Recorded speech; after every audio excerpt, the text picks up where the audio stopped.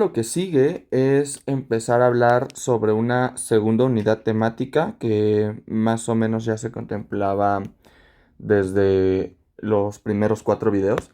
Lo que me gusta de esta segunda unidad temática que consta sobre todo de la respuesta inmune innata, es decir, estos próximos temas que me parece son aproximadamente 6 7 temas, van a hablar solamente de eso, de la respuesta inmune innata. Y otra cosa de las... otra ventaja o de mis cosas favoritas sobre esta unidad temática es que todo lo que empezamos a hablar en la unidad temática primera ya tiene un sentido.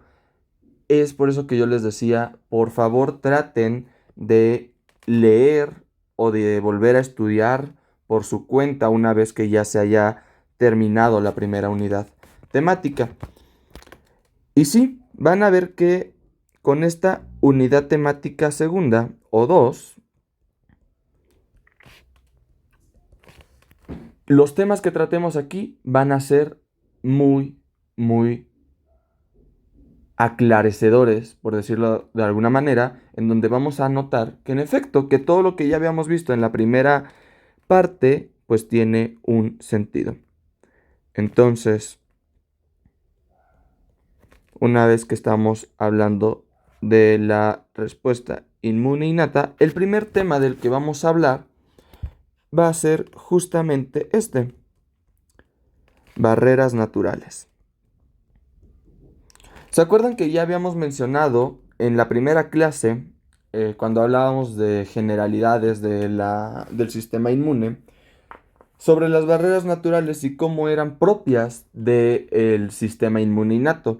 Yo les había mencionado a grandes rasgos que teníamos a factores químicos, a factores físicos y biológicos, y había algunos ejemplos como el sudor, estaban proteínas solubles, etcétera. Entonces, en esta clase lo que vamos a hacer es, pues, ahondar más en estas barreras naturales, siendo justamente lo primero de lo que vamos a hablar, pues, de las funciones. Si estamos hablando del sistema inmune innato, pues vamos a hablar de las funciones del sistema inmune innato. Vamos a tener 4 funciones en general de este sistema inmune. Y ya vamos a ver cómo las podemos ir ampliando. Una de las primeras es esta: dar una respuesta inicial. Es el primero que va a dar una respuesta. Es claro, es el que ya está programado para que dé una respuesta. ¿Y cómo la va a dar? Bueno, por medio de la contención y eliminación de patógenos y daños. Patógenos y daños. Esta es la primera. Tenemos también, por ejemplo, bueno, ya aquí lo ponía como pista, la eliminación. Y sí, además de eliminar patógenos y daños, los patógenos los solemos interpretar como células ajenas a nosotras. Pues aquí escribí mal: eliminación. Eliminación. También va a eliminar células propias que ya estén en un estado, pues, desfavorable. Células propias quizá dañadas o que estén necróticas, incluso tumorales, etcétera.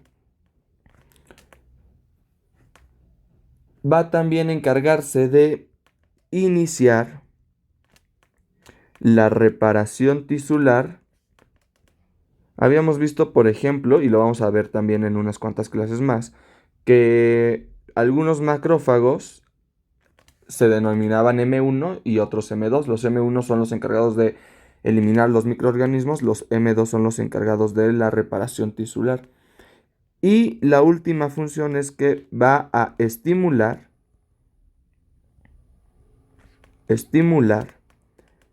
a su subsecuente, al sistema inmune adaptativo. Entonces, ya también más o menos lo veíamos en las primeras clases. ¿Se acuerdan cuáles eran los componentes del sistema inmune innato?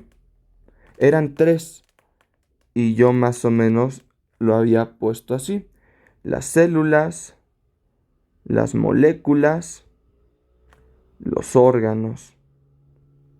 ¿Se acuerdan que aquí los dividíamos en primarios, secundarios, terciarios? Las células según el linaje linfoide, mieloide. Más bien aquí en células recordemos que teníamos esta idea de que estaban las células linfoides, pero las linfoides son en general de la inmunidad. Entonces, si estamos hablando nada más de de células del sistema inmune innato, pues tenemos voy a poner nada más algunos: neutrófilo, basófilo, tenemos al eosinófilo, al monocito, tenemos al macrófago, a las células dendríticas, etcétera. Y en moléculas yo les había dicho que se las aprendieran así: reconocimiento, ejecución y comunicación, la REC. Y bueno, también vamos a tener algunos mediadores solubles que los vamos a ir viendo. Y ahora sí, justamente, de hecho aquí volví a incurrir en un error. Cuando estoy hablando de órganos secundarios y terciarios, pues ya no le compone al sistema inmune. Si yo le quito esta I al sistema inmune innato, pues yo aquí ya puedo incluir linfocitos, ya puedo incluir, ¿se acuerdan que había células dendríticas que eran del linaje linfoide? Pues también se pueden incluir ahí. Y ahora sí, más específicamente, cuando yo hablo de componentes, ahora sí, del sistema inmune innato, yo puedo hablar de células, puedo hablar de mediadores solubles y puedo hablar de las barreras anatómicas. Ya están en nuestro cuerpo, están decodificadas en nuestros genes y lo único que hacen es cumplir su chamba tal cual. Con esto, estos son los componentes del sistema inmune innato, pero además va a tener algunos mecanismos efectores. Mecanismos efectores, así como las células tenían que la fagocitosis, que la liberación de las trampas de extracelulares de neutrófilos, tenían algunas quizá la degranulación, por ejemplo. Bueno, pues aquí vamos a tener algunos mecanismos efectores del sistema inmune innato, como por ejemplo las barreras que van a servir de protección, la fagocitosis, que también son temas que vamos a estar viendo. Vamos a tener a la vigilancia inmunológica, que se refiere a el papel de algunas células, en especial los mastocitos, por ejemplo, macrófagos, etcétera, que fungen como células centinela y que se encargan de estar viendo qué está bien, qué está mal, etcétera. Pero en específico de estas células, las células natural killer o asesinas naturales. Tenemos también algunos efectores como los interferones. Los interferones van a servirnos mucho, interferones, en la activación de un estado al que vamos a conocer como estado antiviral, que es el mecanismo que tienen las células una vez que reconocen que hay un virus adentro y pues tienen que ejercer algún tipo de respuesta coordinada para eliminarlo. Tenemos al sistema de complemento, que puede ser tanto de la inmunidad innata como de la adaptativa, y también lo vamos a ver en este tema. Tenemos a la respuesta inflamatoria,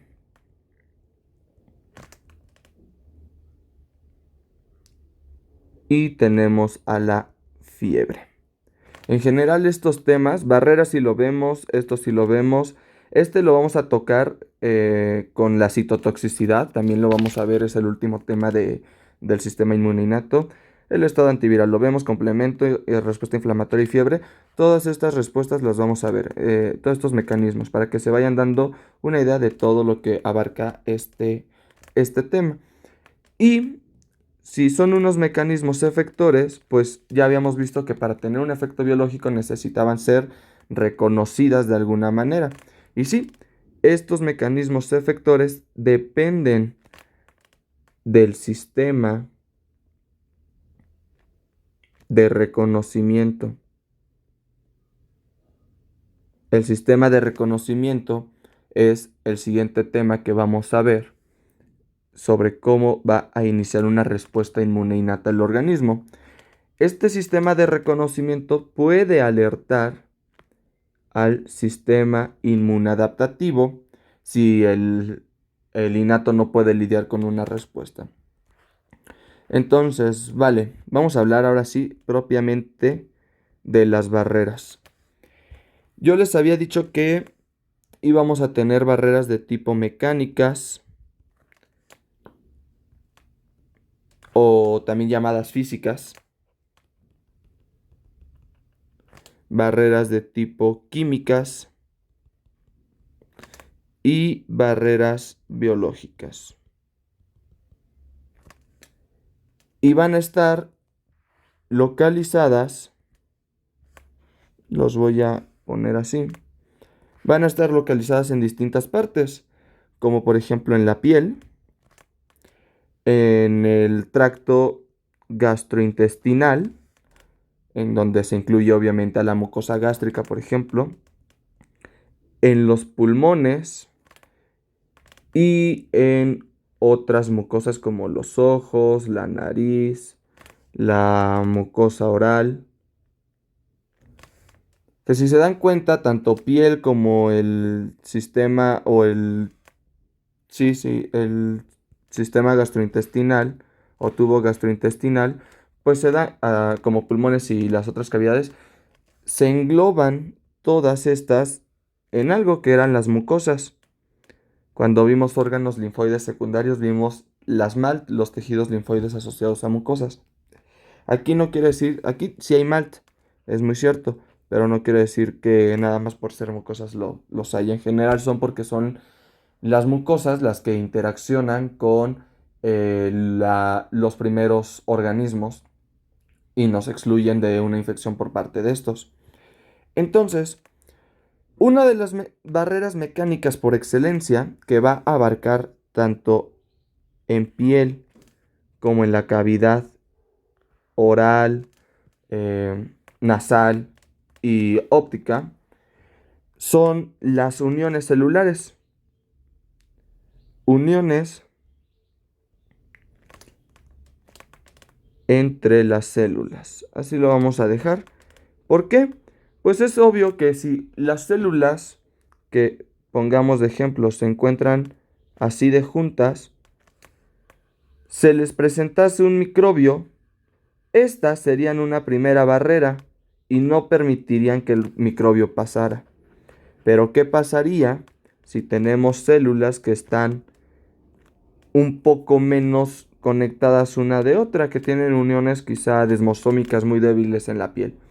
Entonces el microbio podría entrar fácilmente.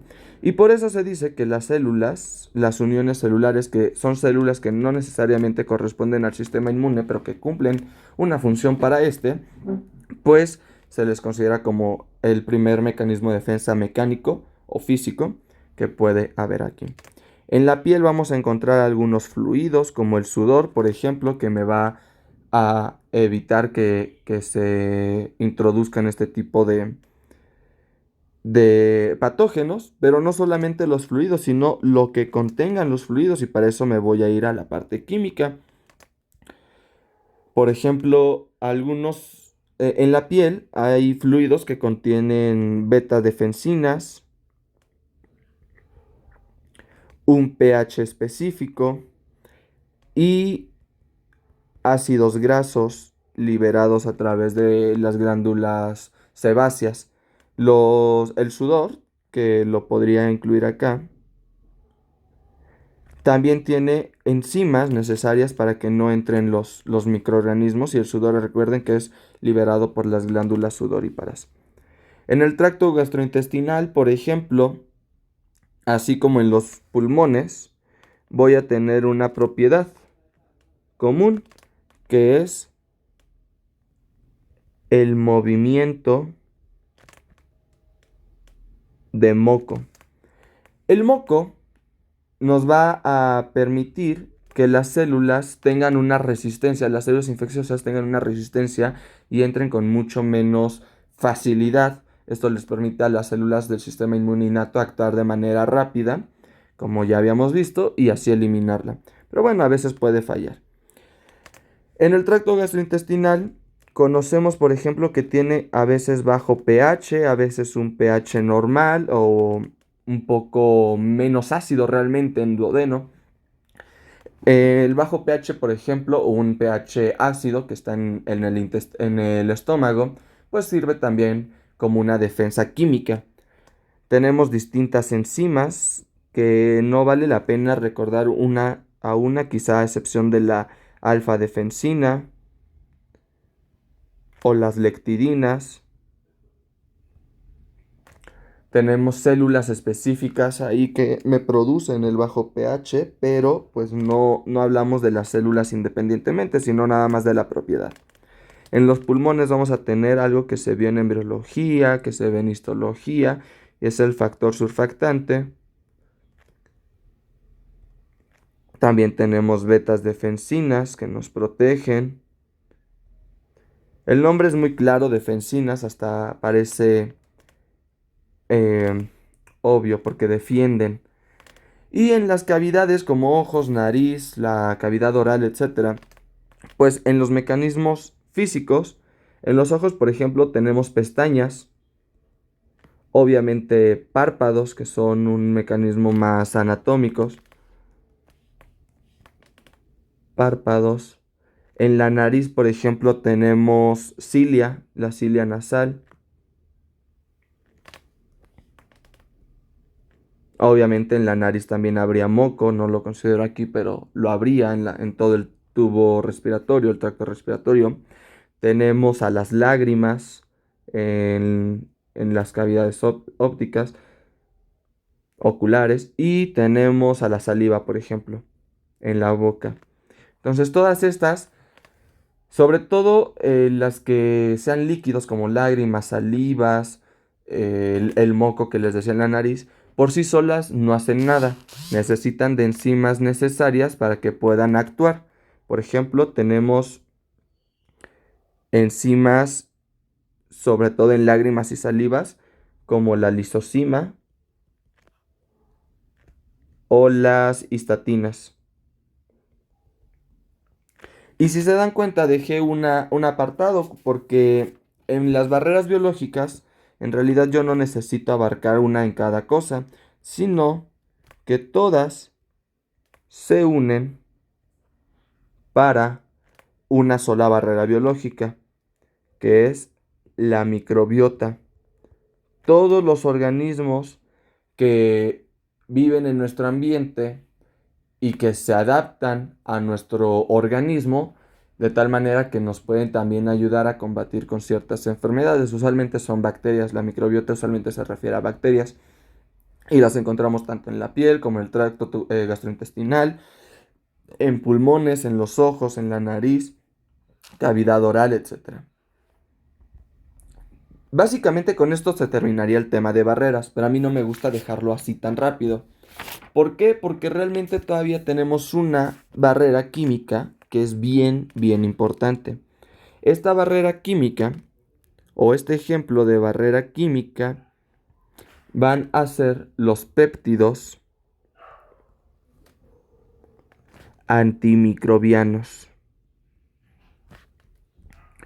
Un péptido son sustancias pequeñas de menos de 30, menor a 30 aminoácidos, y va a tener algunas propiedades que básicamente a mí lo que me gusta hacer cuando explico péptidos antimicrobianos es verlo desde la bioquímica para poder comprenderlos.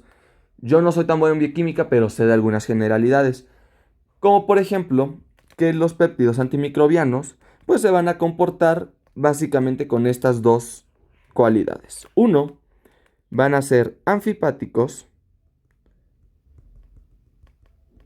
y catiónicos. Anfipáticos quiere decir que les gusta y no les gusta el agua. Vamos a dejarlo así. Les gusta y no les gusta el agua. Por eso, más bien, o sea, bioquímicamente lo que quiero dar a entender es que tiene una fracción hidrofóbica y una fracción hidrofílica. Esto se refiere con que son anfipáticos. Y catiónicos, pues que se relacionan con cargas, que tienen cargas positivas y por lo tanto se van a relacionar con las cargas negativas. Recuerden esta propiedad de las cargas, que cargas opuestas se atraen. Además, como estamos hablando de menos de 30 aminoácidos y de moléculas muy pequeñas, pues estamos hablando de un bajo peso molecular, que suele ser traducido como Daltons. Bueno, el peso molecular se pesa o se mide en Daltons. Y vamos a tener una premisa. En los mamíferos, las bacterias o las células tienen una membrana que suele ser neutral, es decir, que su carga suele ser neutral. Entonces yo no voy a hacer una barrera tal cual, pero lo voy a ejemplificar así, una barrera lipídica, pero la voy a ejemplificar así.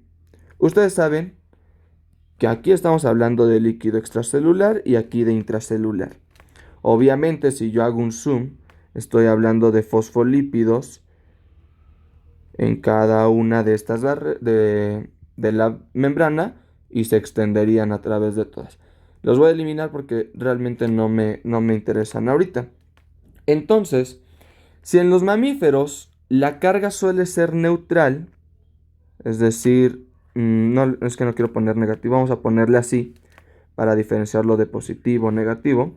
Si la carga es neutral, ¿qué les dije que tenían los péptidos antimicrobianos? Que son catiónicos y por lo tanto no buscan cargas neutrales, buscan cargas negativas, ¿verdad? Entonces, a las células o a las membranas propias, pues no les hace nada, las reconoce como propias y ya.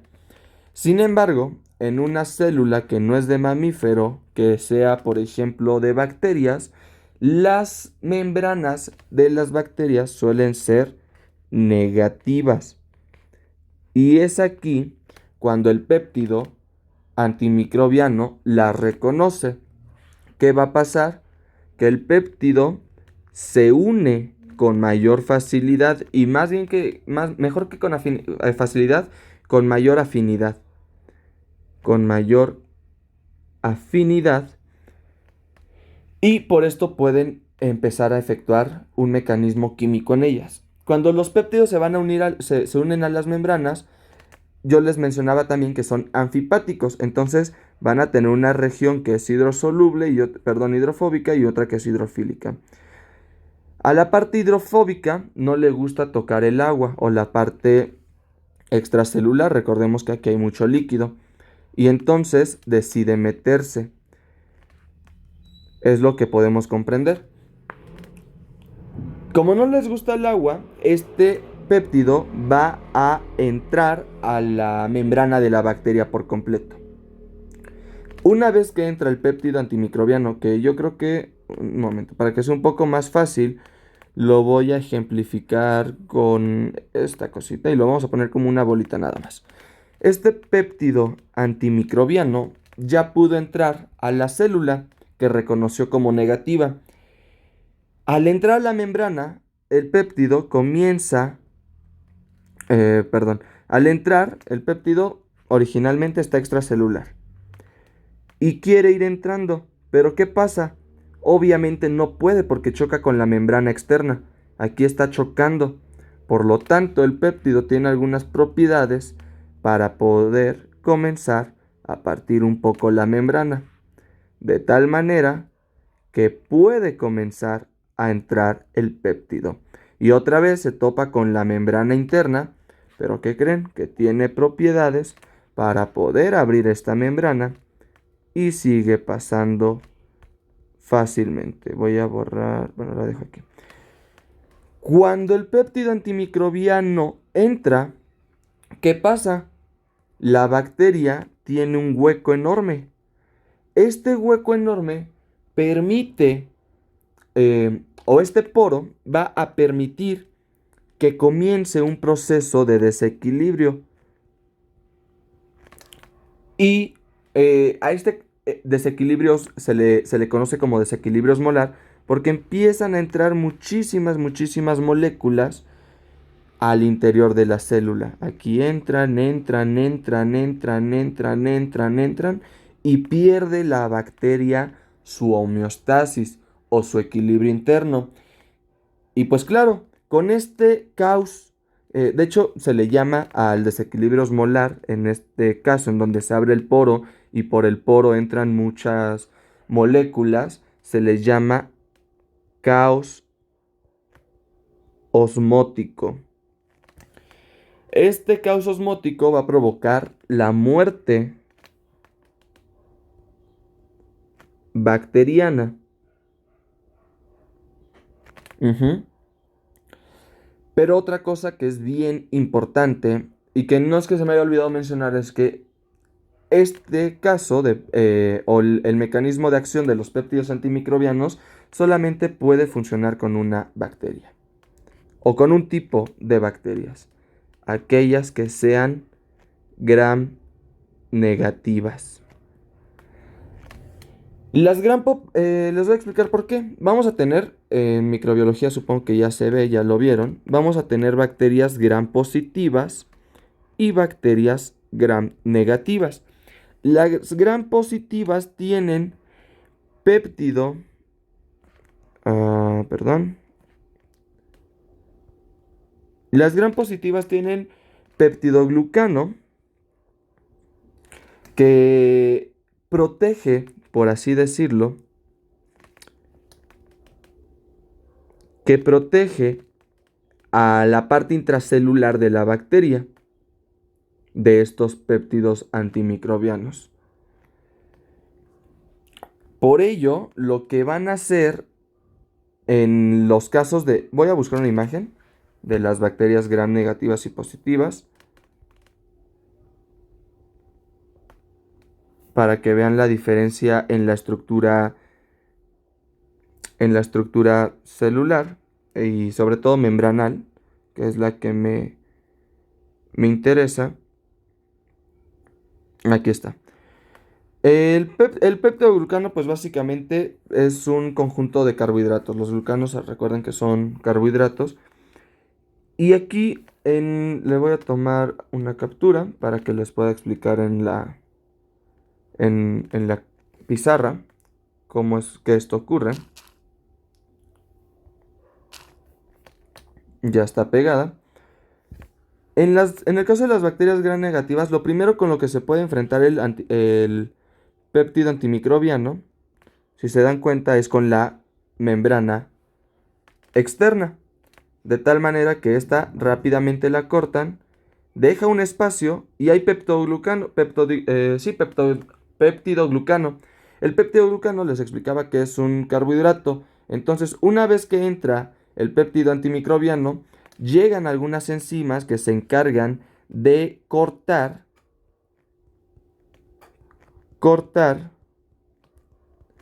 a los carbohidratos del peptidoglucano de tal manera que lo eliminan y entonces la bacteria, que aquí se puso por abajo, perdón, el péptido antimicrobiano puede pasar por completo.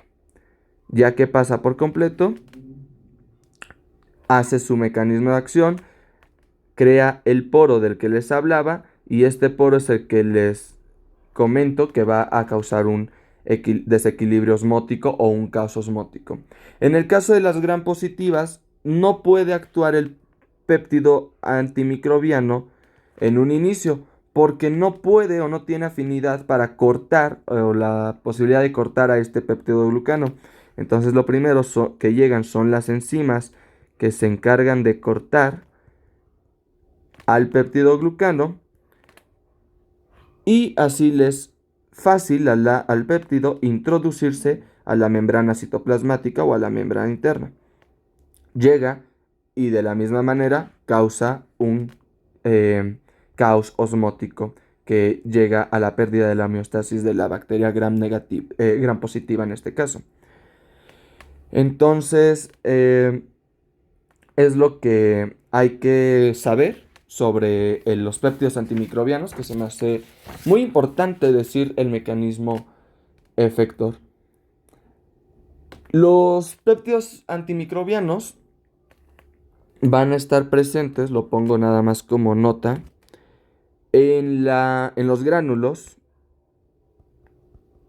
de las células que tienen gránulos, vaya, pero de las células que se encargan de la degranulación. ¿Se acuerdan que cuando vimos células del sistema inmune, vimos 3 que tenían esta función? Los neutrófilos, los basófilos y los eosinófilos. ¿Vale? Entonces, estos péptidos antimicrobianos están en ellas. Y ya para terminar, vamos a poner un ejemplo de qué pasa si fallan estas barreras. Por ejemplo, si falla la piel, y en general va a funcionar similar con las demás, pues va a permitir que se penetre más por parte de los microbios, penetran más patógenos, y de esta manera pues puede causar una enfermedad o una infección. Por eso la piel tiene mecanismos bien importantes, como por ejemplo tenemos piel gruesa y piel delgada. La piel gruesa es aquella con la que tenemos más contacto en la superficie y por lo tanto con la que más podemos interactuar, comunicarnos con el exterior, tocar bacterias, y pues si por alguna razón la cortamos, la bacteria tiene un camino directo de entrada. Contrario a la piel delgada, en donde esto pues no ocurre con frecuencia porque no tenemos tanta exposición de esta piel a distintas zonas. Esto es un logro evolutivo inmenso, no solo en los humanos, sino en muchísimos animales. Además, no solamente va a constar de la piel y de las uniones desmosómicas que existan en ellas, además de la queratina que existe en ellas, sino también de otro factor o de otro sitio anatómico que tenemos en la piel, que son las glándulas.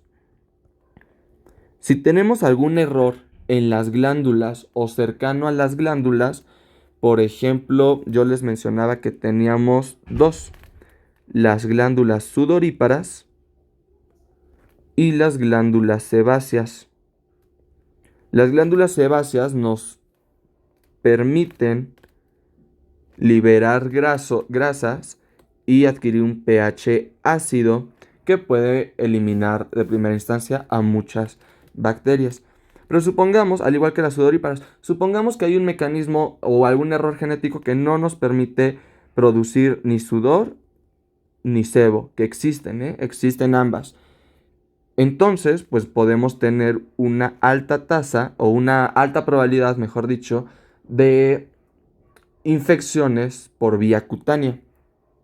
En las mucosas pasa algo similar. En las mucosas no se retienen a los microorganismos, a los patógenos, permitiéndoles que pasen.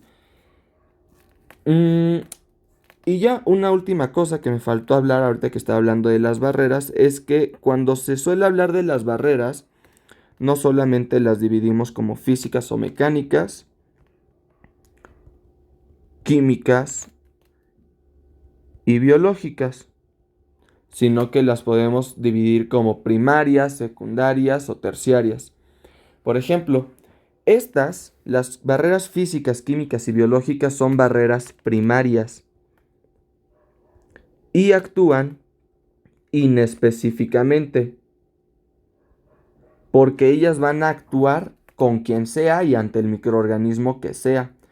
Tenemos algunas que son barreras a las que llamamos secundarias y que siguen actuando inespecíficamente, como lo son las células del sistema inmune, como macrófagos, las natural killer, las células NK, los granulocitos, bueno, todos los neutrófilos, eosinófilos, basófilos, Estos no tienen una especificidad real ante los microorganismos. Ellos actúan porque está en su naturaleza actuar y defender.